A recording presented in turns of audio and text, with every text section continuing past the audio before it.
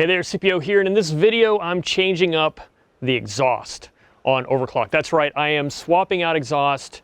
I have a pipes high clearance system now, and I don't have any real specific problems with it other than it is a little bit loud and drony, and I wanted to move to an exhaust that dumped before the axle. I know it's a high clearance exhaust, but even still, I'm constantly hitting that tailpipe that's just barely peeking out below the rear bumper. And also, I would like more clearance for my track bar to be able to go in the rear axle. I still feel like I'm limited there. Now, there are pros and cons to having a before the axle cutout. And in a lot of places, it's not actually street legal to do that. So make sure you understand your local laws and accept whatever risks are associated with that. Additionally, you want to make sure that you're not filling your passenger compartment with dangerous exhaust fumes. So there is risk there as well. So I would say it's important even more so to make sure that you're running all of your floor plugs and don't leave those just open all the time, because that exhaust fumes will tend to rise. So my plan is to keep all my floor plugs installed. Yeah, I think I'll be okay. Let me show you what I've got going on here. And first of all, credit to Way of Life. When I was doing research, I found an exhaust that I wanted, and it's the Dynomax Quiet Crawler. And they don't make it anymore. And in my research, I found some guys over at Way of Life had sort of documented building this system and identifying the part numbers.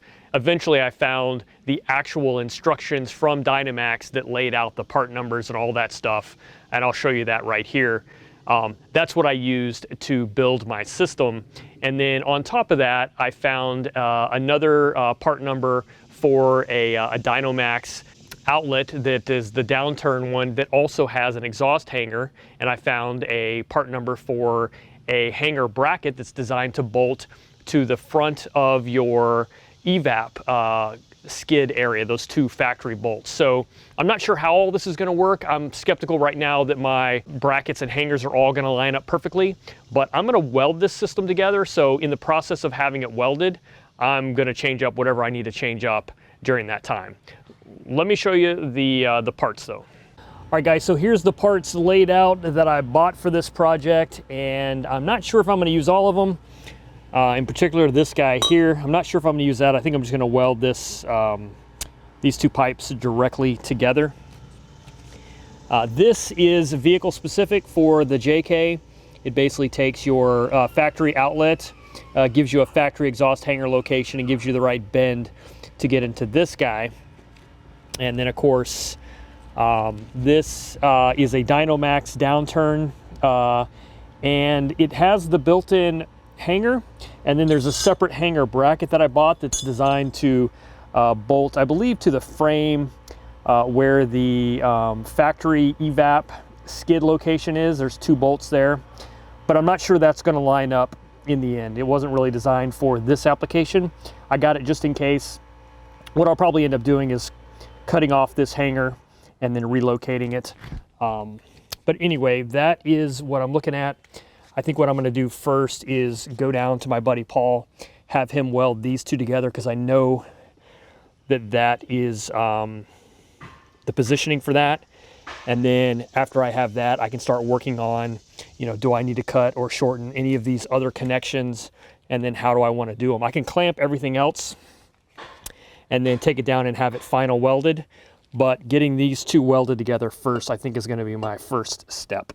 So I got these parts from a variety of places, Amazon, Summit Racing, Pep Boys, whoever had it cheapest, basically. All right, phase one is complete. I took this bad boy over to my buddy Paul at World Tour Off-Road, and he welded this together for me.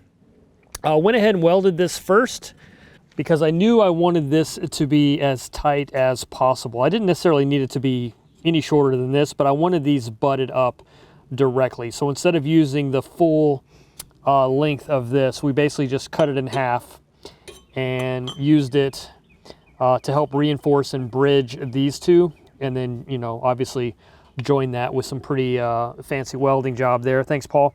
And it's kind of hard to screw this up because this is just a bullet there's no, I mean, put it on and it doesn't matter how it goes as long as you get it on the right side, in which case the center outlet is the one that shoots back. The offset outlet is the one that comes from the factory exhaust. So if you're going to pre-weld this, make sure you get that right. Otherwise, yeah, it's a bad day. Anyway, also, little tip. I didn't even notice this until I was messing around with it. There is a plastic protector over this to protect the shiny polished stainless steel. I wonder how many people have installed these and didn't know that there was a plastic coating on it. Like I said, I didn't even notice it the first time I messed with it. So I would have probably, if I didn't weld this, I probably would have just installed it like that, which would be probably a fire hazard. So yeah, make sure you remove the plastic. It's kind of sneaky hiding out in there. So maybe everybody else knows about this but me, but I wouldn't have noticed it. They should put a sticker or something on it to say, so you know, because it's clear, you can't see it. Anyway, now the next step is going to be to mock everything else up using clamps and get it all into place, and then I'll have the rest of it sort of welded. But this gives me the best starting place because I don't have to worry about that clamp. And yeah, now I can clamp the outlet on and then that front connection pipe. All right guys, so one of the things I've been needing to do that I haven't done yet that I'm gonna do when I change this exhaust, because now it's the prime time, is remove these exhaust spacers. So I have obviously 2 spacers here. When I had my original lift put on, I didn't have aftermarket drive shaft. So the exhaust spacers were put in to clear my factory drive shaft, which now I have Tom Woods drive shaft, so I don't need them anymore. And what that does is it puts my exhaust down below my cross member. As you can see, it's taken a couple hits. But whenever I put on my rock hard 4x4 skids, I really want this to be back up where it goes from the factory. So I'm removing these, and I'm just talking about it because it was kind of a pain in the butt. So I'm a firm believer in starting with the most complicated thing first, the one you know you're gonna have problems with, and get that knocked out first. The rest of it becomes easy. So this one up here, I already removed the 2 bolts. As you can see, the spacer is loose in there. Lots and lots of PB Blaster several times, several days in advance to make sure that I didn't have any problems with corrosion. But man, if you just look at the access, I've got my long arm bracket here. The bolt heads, the bolts, I can't even get my hand in there. The bolts screw in this way, so the heads are over here. So it was a healthy dose of extensions and creativity and swivels to tackle it from this side. So anyway, got that done. It actually went fairly easy. It was just tedious. So now I'll remove that other one, and then I'll start pulling this old exhaust out. I say old, this Pipes high clearance exhaust. It's a good exhaust. It's just got to go right now because I've got to put in something else. So yeah. All right, well, I got these spacers out and the exhaust reclamped, and I went ahead and got some fresh flange bolts. Local Jeep Parts Center had them in stock. They're a little spendy, but I figured it was a good time to just refresh that hardware. And I got that old exhaust off. And believe it or not, what I thought was the most challenging part turned out to be one of the easiest. The most challenging part was getting this exhaust off of that factory collector. So you can see what I did here. I used a cutoff wheel and had to just get down and basically cut this to give it a little bit of relief. It's like cutting a cast off of a leg. You want to hit the outer layer, but not the insides. And I think I did a pretty good job. You can see I just started to hit some shiny metal right at the very end there, but it doesn't even go all the way through. So I might have drawn some blood if this was my leg, but for an exhaust removal, I think it works pretty well. I tried heat, I tried banging and beating. You can see all my crazy hammer marks. Basically what I did is tighten this down and then used it to hit back and forth. And I kept going and going and going, and then I tried heating. I don't have a torch, but I used a propane torch and heated it up and kept banging, and I'd get it to move like 1/8 of an inch with a lot of work. So finally I said, screw it. About 30 seconds with the cutoff wheel and beat on it a few more times and it was off. So anyway, this is the old Pipes high clearance exhaust. And now we are free and clear to add in that new Dynomax system. All right, so first thing that we're doing is this guy. This is gonna be what connects the factory outlet into the new system. So it does have an exhaust hanger on, ready for the factory location. And yeah, should slip over that outlet. All right, I've got it test fit using whatever clamps I had on hand, which was not a lot, unfortunately, but so I'm using a 3-inch safety seal clamp. That's going to be there. That's the main clamp that I'm going to leave for the connection to the factory system. I've got another one here, which is not an ideal clamp, but I had one and it worked. This is going to be a welded junction though, once I'm sure of the final fit. And of course this junction is already welded between the two mufflers. And then this downward exit pipe is held on with a clamp I had off the old system just for now. And I did sort of put this up in here. It's crooked, but I don't know, that might actually work as a as an end hanger. So basically I'm well hung. I'm hung at the end and I'm hung up here at the front. I was thinking I could also add some sort of a hanger bracket right here in the middle, but I don't think I need it really. There's a better look at how it tucks up underneath there. It's pretty tight. It's well above the frame line. All right guys, no joke, first time I'm firing it up.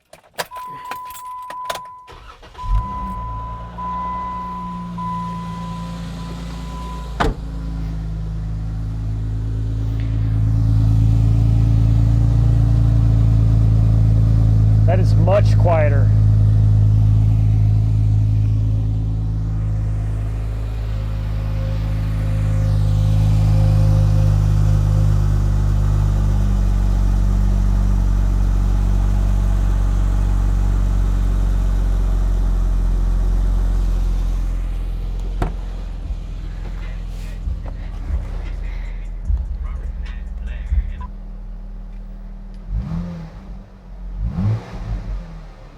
Oh wow, that's a lot quieter. And the best part is, now I have plenty of room to put that rear track bar in its upper location. I tried it before and it hit the exhaust outlet. So yeah, now that is good. The only real risk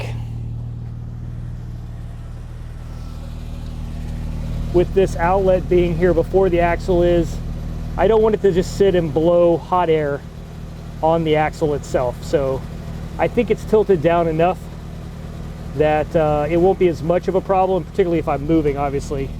It'll disperse easy. All right, so I got everything test fit, and now I brought it to my buddy Paul Warren over at World Tour Off-Road in Annapolis to get it all welded up. All right, so one thing we are gonna have to do here is this exhaust hanger actually needs to be bent this way. So we're gonna do that first. When I pulled it off, I marked the bottom of this tube. So that, that mark there is the bottom. So we want this to be parallel with the bottom. And yeah, let's see how that happens.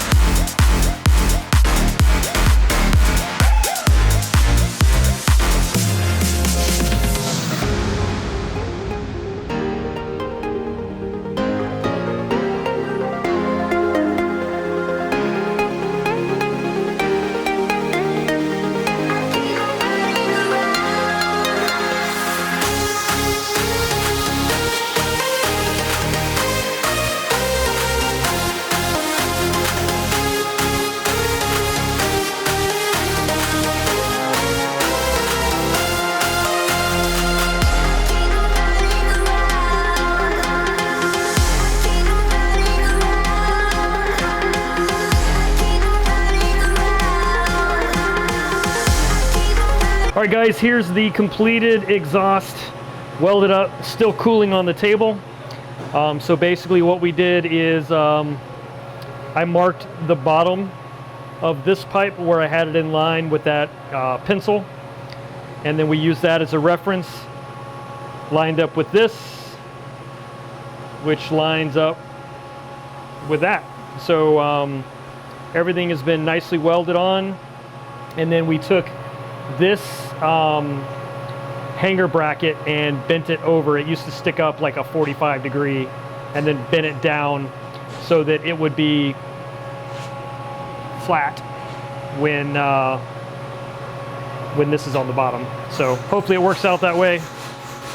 And this hanger we didn't touch, but not yet sure what we want to do with it, if it's anything different, so I'm just leaving it for now. All right guys, so here is the bad boy installed. A little bit hard to do. I'm not on a lift, so I'm laying underneath the Jeep.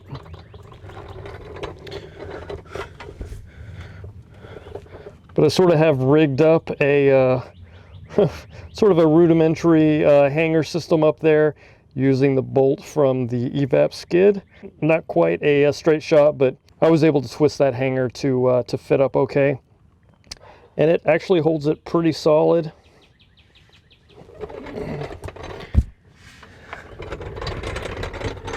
And as we move forward in the front, you can see the entire setup is now connected using this safety seal clamp. And then we got that hanger bent to where it works well in the factory hanger location. So that's it, nice and tight and tucked way up underneath there. Super quiet, yet has a little bit of a growl to it when you get on it.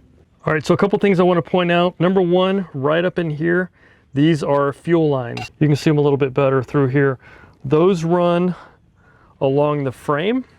So they start out being wrapped from the factory, but as they get over here, they're exposed, and they're exposed now to some additional heat thanks to this exhaust that is now here. So what I'm going to do is wrap those in the same fashion to protect them. And I'm also going to stick some of that exhaust shield here on the floor above the muffler, just like what's over here, to help keep some of the heat down. Again, not ideal to have the exhaust right here in front of the axle for several reasons, but primarily, like I said, it's just more heat here.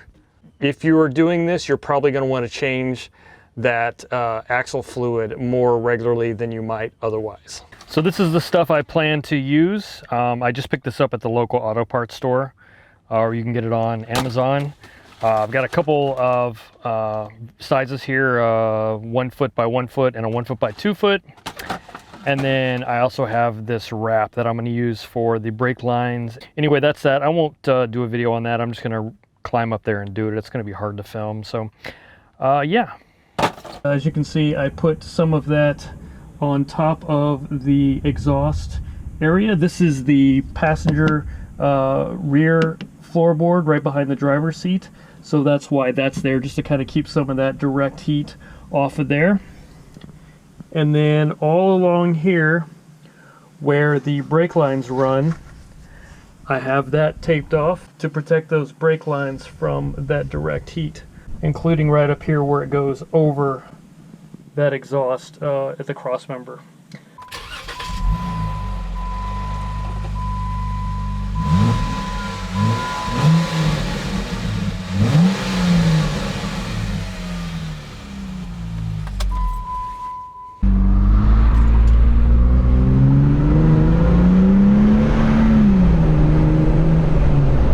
So the exhaust, by the way, has no drone. I actually notice more the wind noise from the top than I do the exhaust, which is a change from how it used to be. It's basically completely silent when cruising, but if you get onto it, it will sort of give you a throaty, little bit of a roar. I'm gonna roll up the windows, because I want you guys to hear the inside of the vehicle. So I've got the stereo turned off, obviously.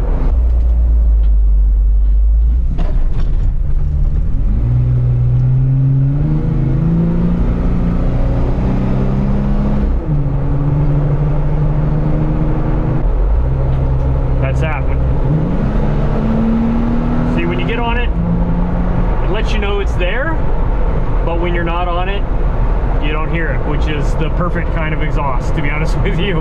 Anyway, guys, thanks for watching. I'll catch you on the next one.